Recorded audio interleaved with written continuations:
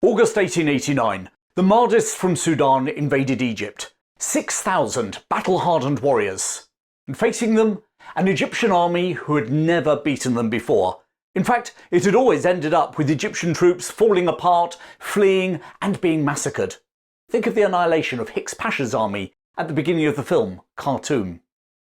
But now their British commander, Francis Grenfell, reckoned that he could change that.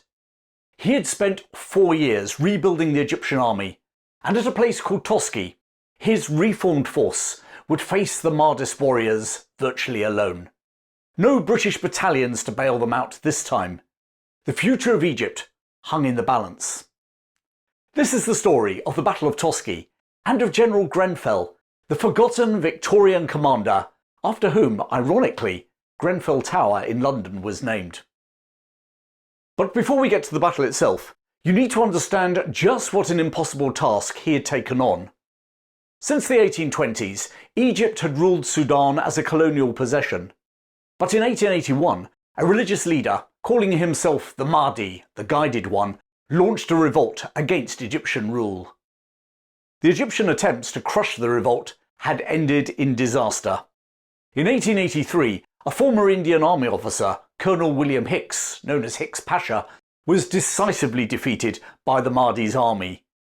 The following year, another Egyptian force under yet another British officer, Valentine Baker Pasha, broke and ran at the First Battle of El-Teb. Over 2,000 Egyptians were killed in the rout. And then came the disaster that shocked Britain. In January 1885, the Mahdists stormed Khartoum and killed the Egyptian garrison and their commander, another British officer seconded to their service, General Charles Gordon. But the Mahdi and his successor, the Khalifa, were not simple Sudanese nationalists fighting for independence. They were on a holy war, or jihad.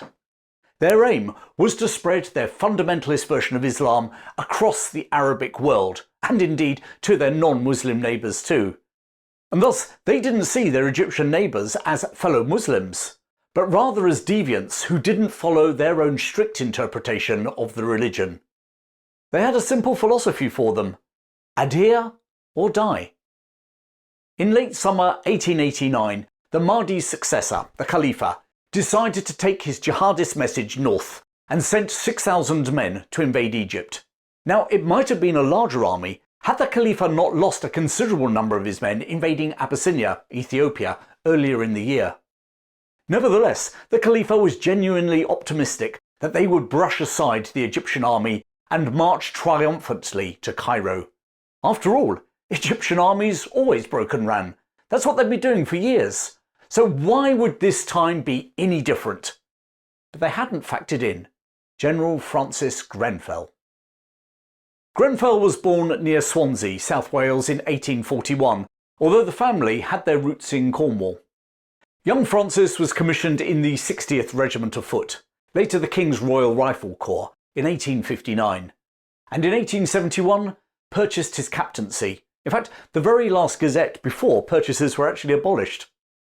Having served as a major in the Anglo-Zulu War, he then went on to join the headquarters staff of General Sir Garnet Wolseley in his campaign against Arabi Pasha in Egypt in 1882. Now, Colonel Arabi Pasha was leading a nationalist revolt against Western, that's principally British and French, commercial influence in Egypt, not least the Suez Canal. To protect those commercial and strategic interests, the British had decided to send in both the army and the Royal Navy to quash this rising. And thus, Grenfell now found himself at the Battle of Tel-El-Kebir, where Wolseley's British army was victorious. The victory ended the rising, and the British reinstated the Khedive on his throne, but very much under their control. Whilst nominally independent, in fact Egypt was officially still part of the Ottoman Empire, the British were most certainly pulling the strings. Apart from stationing regiments of the regular British Army in the country, their High Commissioner acted as de facto Prime Minister, and the senior posts in both the Egyptian Army and the police were occupied by British officers, seconded from the regular British Army. One such officer was Francis Grenfell. Now holding the local, or brevet, rank of colonel, He reported into the Commander-in-Chief of the Egyptian army, the Sirdar, General Sir Wood. Just 3 years later, in 1885, Grenfell was appointed as his successor. He had his work cut out. In previous encounters with the Mahdists down in Sudan, the Egyptian army had been hopelessly outfought, and in many cases simply disintegrated. In December 1885, Grenfell commanded a joint British-Egyptian army that defeated the Mahdists in northern Sudan at the Battle of Guinness.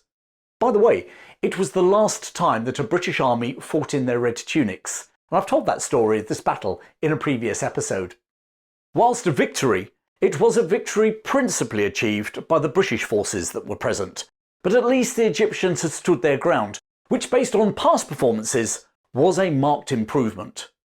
Grenfell's reorganisation of the Egyptian army was further vindicated 3 years later. In December 1888, Grenfell had once more commanded a joint British-Egyptian expeditionary force, this time on the Red Sea coast of Sudan, where they defeated the legendary Mahdist general Osman Digna. Despite the British presence, actually 80% of his army on this occasion were Egyptians, and this time they'd actually joined in with the Welsh Regiment and the King's Own Scottish Borderers to clear the Mahdists from their entrenchments at the Battle of Suakin, also called the Battle of Gemazar. But here's the problem. Both of those victories had British battalions doing the real fighting. Nobody knew if the Egyptians could actually win on their own.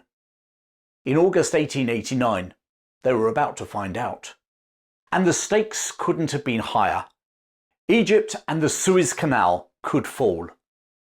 The Sudanese Mahdists' invasion of Egypt might only consist of 6,000 men, but these men were led by a veteran commander, Wad al-Nujumi, the Emir of Kordofan, and most of that army was battle-hardened over the previous decade. Based upon their past encounters with Egyptian troops, they were confident that they could sweep them aside. Having said that, the Egyptian government probably feared exactly that result too. In the past, the British had propped up the Egyptian army, doing the lion's share of the fighting. But with a lid on nationalist sentiment in Egypt and Sudan seemingly checked, the British government had withdrawn most of their men. Like it or not, the future of Egypt would have to depend on Sirdar Grenfell and his army. Grenfell rapidly moved south with an army consisting of 6 infantry battalions, 4 cavalry battalions, 1 camel regiment and 2 artillery batteries. And apart from the Sirdar himself, the only British in this whole army were the officers in the Egyptian battalions and a small squadron of the 20th Hussars. By the way, the officers commanding the Egyptian battalions included Hector MacDonald, commanding the 4 battalions made up of black Sudanese soldiers, and a young and upcoming Herbert Kitchener, commanding the cavalry. The bulk of the Egyptian army was armed with Remington rolling block rifles, which might sound good until you realise that the Sudanese Dervish army were also armed with thousands of the same modern rifles, captured from the Egyptians in their previous encounters. So Grenfell's Egyptian troops would be facing an enemy armed with the very same rifles that they were carrying. This battle wasn't going to be won by superior technology. It was going to be won by discipline, training, and nerve. Something that historically the Egyptians had lacked, and the Mahdists knew it. On the night of the 2nd of August 1889, Grenfell's scouts confirmed that the Dervish army was camped near Toski, about 76 kilometres, 45 miles, inside the Egyptian border. Grenfell ordered Kitchener to take 4 battalions of the Egyptian cavalry plus that single squadron from the 20th Hussars forward the next morning and lure the dervishes out of their camp. As dawn broke on the 3rd of August, Kitchener led the cavalry forward. In a game of cat and mouse that lasted all morning, Kitchener slowly fell back ahead of Wad al-Nujumi's army. After a 6-mile chase, the Mahdists suddenly found themselves facing Grenfell's army, silently waiting for them on the high ground close to the River Nile. Hector MacDonald's 4 battalions of Sudanese soldiers, the 9th, 10th, 11th and 13th, held the centre. Now, these were men recruited from the black tribes of southern Sudan. With no love for the Mahdi and his followers, They were the only Egyptian units that had shown any real fight in the previous campaigns. The other two Egyptian battalions flanked them. The artillery was positioned behind, and the retreating cavalry moved into the reserve. Looking out, Grenfell's troops saw thousands of Mahdist or dervish warriors advancing across the desert plain. The morning sun glinting off their spear points, battle flags billowing in the breeze. Some of the dervish warriors even wore chain mail, like something out of a medieval crusade. And then, with a roar that must have echoed across the desert, the dervish army charged, all 6,000 of them. But as they rushed forward, the dervish warriors noticed something unusual. The Egyptians hadn't fled. They were simply standing in silence, holding their ground, waiting for the order. And then Grenfell gave it. Fire! Volley after calm, measured volley tore into the Mahdist ranks. The discipline of the Egyptians was extraordinary. These were the same soldiers, or at least from the same army, that had melted away in previous battles. But not today. Yet, despite that withering fire, the dervish forces continued to come on.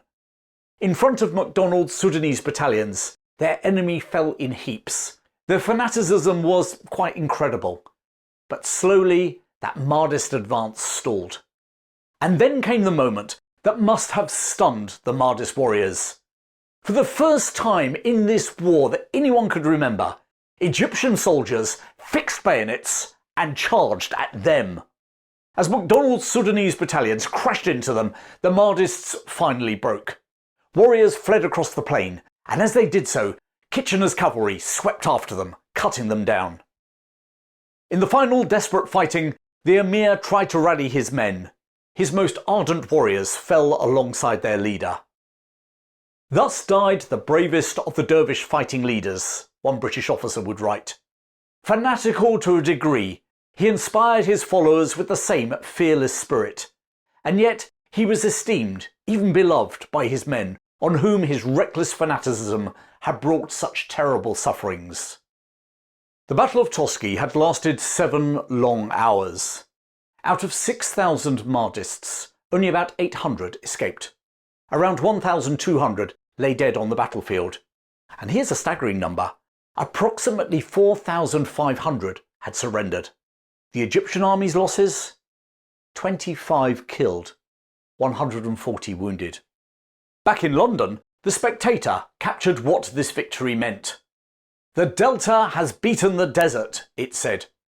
"Instead of marching in triumph into Cairo, Wild al-Najumi has found a grave among the sandhills of the Nile Valley. His army of valiant fanatics has been destroyed, and the invasion of Egypt has speedily and effectively been thwarted by the Egyptian army." The article continued.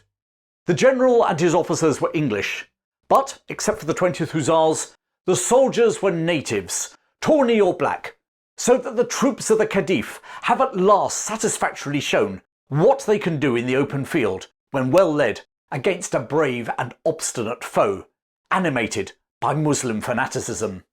The credit belongs to the officers who've trained and commanded the African soldiers, the newspaper concluded, and to the disciplined valour of those soldiers themselves.